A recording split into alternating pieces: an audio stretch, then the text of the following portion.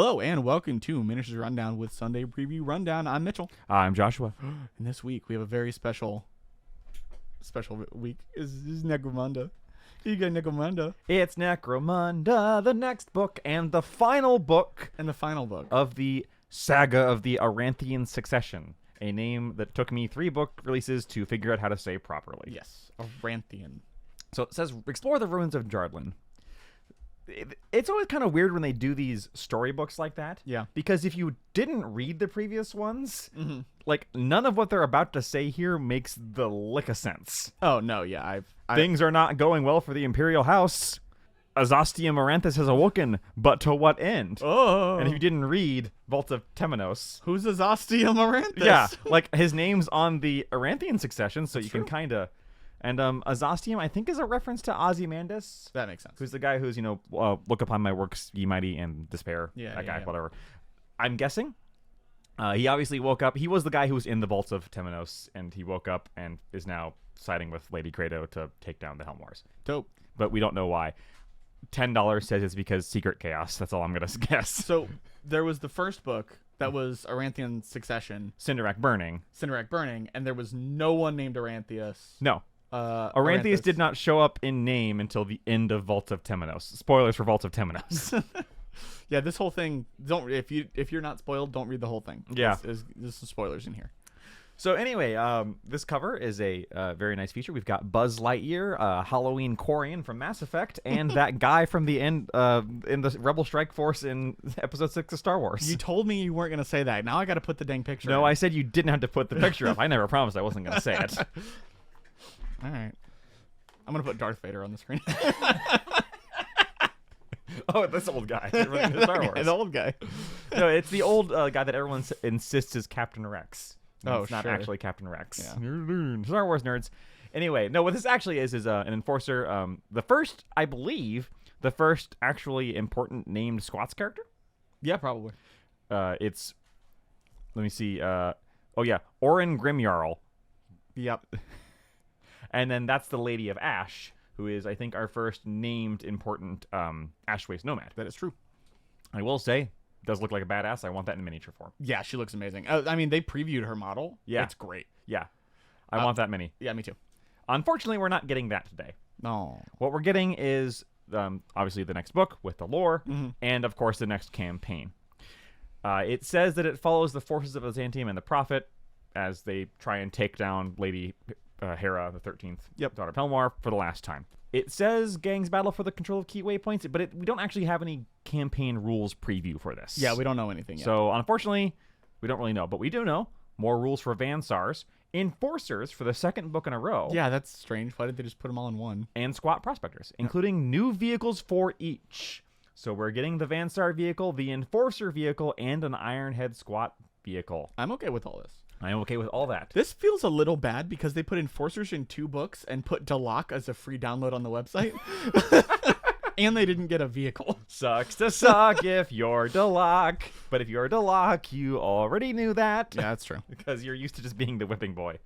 Poor guys. Yeah, poor guys. And, I mean, I guess technically Escher and Qadar didn't get vehicles. They got mounts. That's true. But they got... They got stuff for the Ash Wastes. Right. I mean, heck, the Orlok vehicle is only barely tougher than any of those mounts. Yeah, so. But Delak didn't even get that. They got a crew. Right. And nothing else. Yeah. Hey, at least you got a crew. I'm That's excited true. my Enforcers are finally going to get a crew. Maybe. That didn't even say that. Oh, no! If they get a vehicle but not a crew, that would be really funny. That would be very funny. Nope, you still got to use scum. But, no, too bad. Isn't the Enforcer crew called Isn't it basically just Hive Scum? Oh, they're Enforcer The Juvie, yeah. you said? No. Well, No, okay. So, this is the difference between Enforcers and Bad Zone Enforcers. Gotcha. Normal Enforcers don't have Juvies. You can get rookies, but only by rolling randomly for them. Bad Zone Enforcers don't have enlisted Hive Scum. Okay, so kind of. Who are, stats-wise, just Hive Scum. Okay. Like, they're just Hive Scum through and through. So it would kind of make sense that they would still only be able to use the Hive Scum crew. No! No, if they don't give us a crew, I'm gonna riot. I don't care that I literally converted a vehicle to make sense of that in lore. All right, you got me there. But I'm very excited for Vansar crew and the vehicles for all of them. So here's the question: are we gonna get like a hover thing for the Vansar vehicle? That would be cool because they do have the hover upgrades are cheaper for them. Well, and it calls it out in their the book that there is a Vansar vehicle who is like a flying blade that like that's so sick. Here's a reference no one will understand. You know that the ship you played in Snapship Tactics that wanted to ram people? You are correct. Basically, you and I and the person that watched our video. I said person. And Cody. Anyway, so the last book went out of sale in like 0.05 seconds, so expect more of the same. Yeah. Speaking of things going out of sale in 0.05 seconds, we have the Vansar Ashwast's Arachni-rig. So here's the interesting thing. Is this just the vehicle? Ooh, that's a good question. Because it's called the Ashwast's Arachni-rig. I think that this isn't replacing the existing Arachni-rig. I think this just is their vehicle.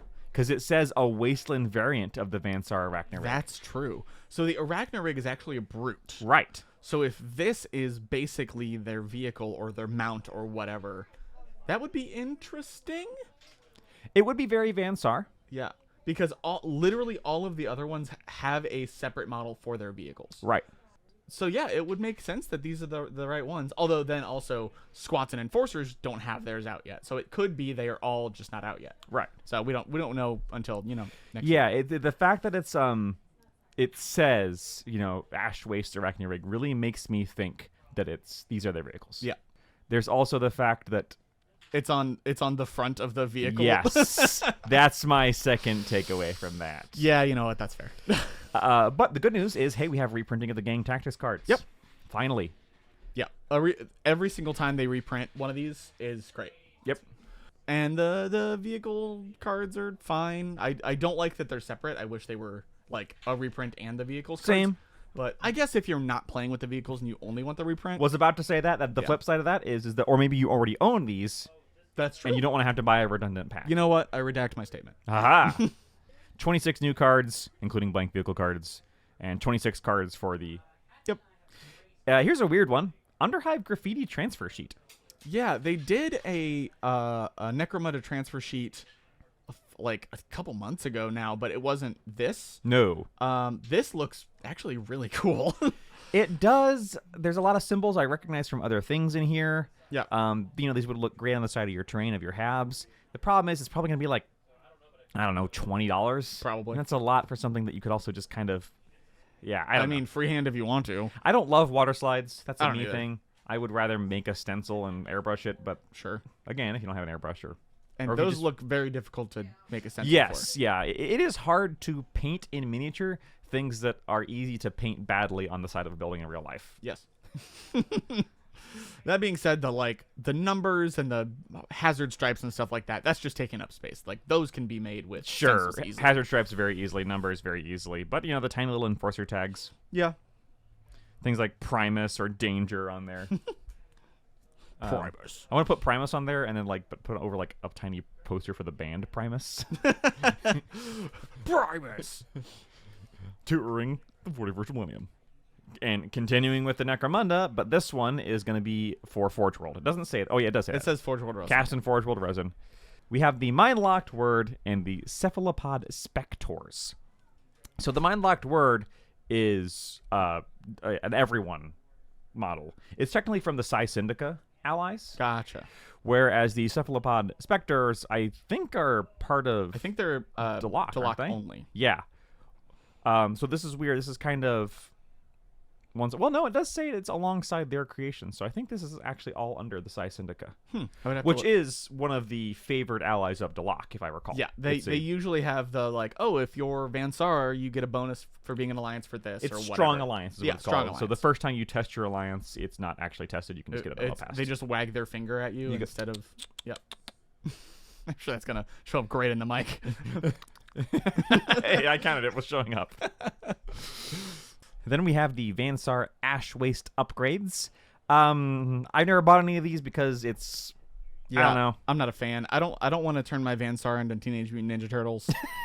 The masks are fine. The masks are fine. Like, if you want all helmeted heads, that's great. Yep. But like, really, it's just upgrade stuff. It's whatever. The backpacks can be a nice way to give other differentiation between like specialists or True. champions or whatever. But this is purely cosmetic. You don't need any of that, which is great. Yep. I like that's an option. Also, why would there be knives there? Vansar shouldn't be in melee ever. I think those are like utility knives, not. Utility knives the size of my forearm. Well, that's where we get into heroic scale. That's true. Did you see the size of the pliers in the Yes, I did. Prometheum kit? It's like the size of a man's hand. It's like... And then we go to Warhammer 40k, so we're done with Necromunda. So thanks for listening. Please leave a like and a comment below if you're done with Necromunda. But if you would like to keep listening for 40k stuff, keep listening. We've got Made to Order again. Yep, with a tranche of Made to Order models. Tranche? I don't know what... I had to look up what that word means. It just means a selection of. Yep. It's more like a business profit thing than... It's a finance term. Sure. Not a... Yeah. So the finance guy at GW wrote this article. Somebody has a language degree, and now it's everybody's problem. Anyway. You've got, let me see. Some Space Wolfian characters. Yep, Lucas the Trickster, a Rune Priest and Terminator armor, and a Grey Hunter with Wolf Standard. None of these really have rules. So Lucas does. He does still have rules? Yep. Okay. The Rune Priest and Terminator armor is basically just a librarian. Yep.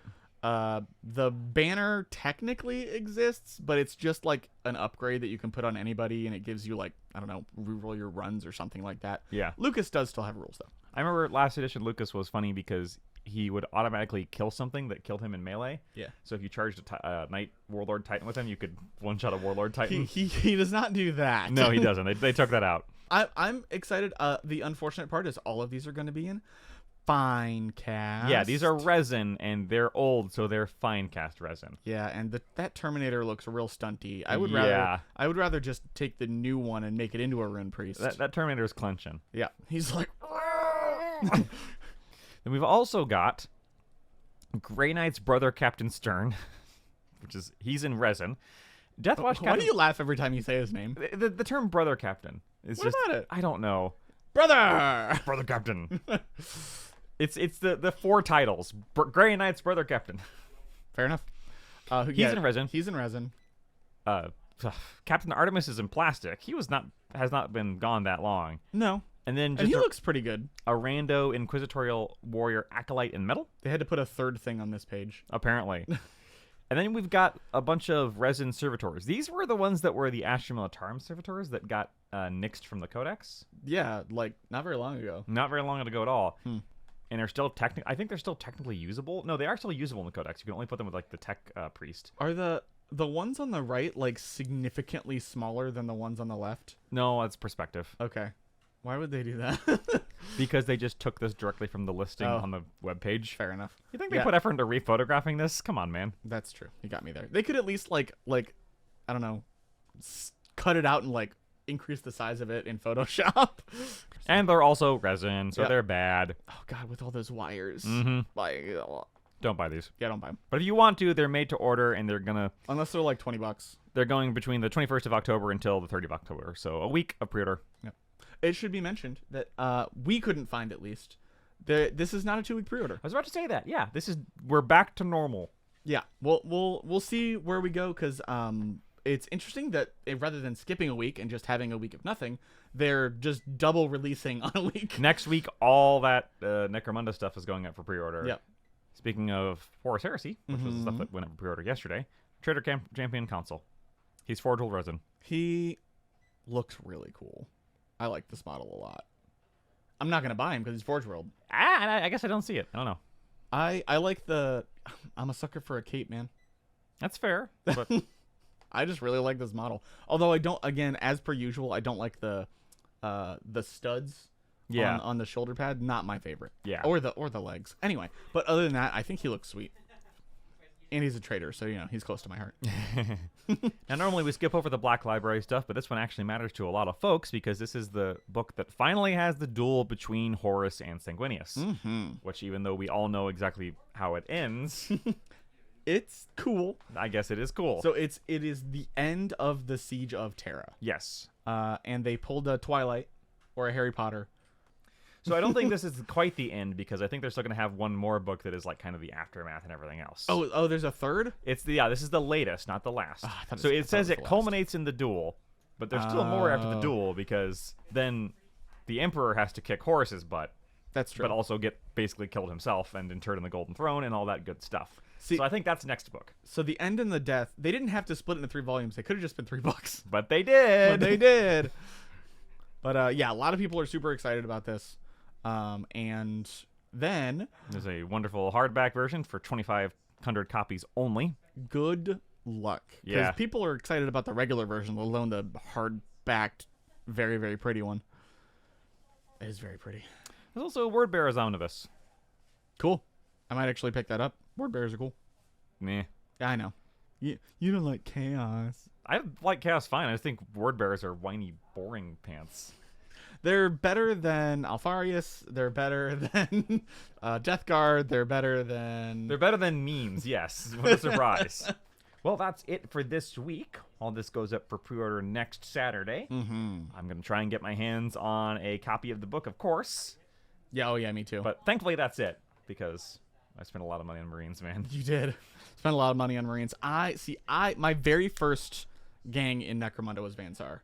So yeah, they're close to your heart. I'm probably going to have to buy the jumpsuity guys. And see, Enforcers are very close to mine, because Enforcers have been kind of running on life support. That's true. The Bad Zone Enforcers are really the only way they're like fun and playable right now. And they have their own like weird limitations. I want to see what they do for this. Yeah, it will be interesting. I mean, I always love reading new rules, even if they're not for my faction. Yep. But the fact that I do play one of them and like a couple of the other models look really cool, I'm definitely interested in this book. Yeah. As for the rest of it, well, we shall see. I don't think I'm gonna get the transfer sheet, but definitely gonna get the book. Yeah, that's fair. If you liked what you listened to, please leave us a like or maybe a comment down below. Let us know what you're excited for. Let us know if you're one of those people who definitely is excited for the Horus Heresy book, so I know you're out there and I'm not just being gaslit.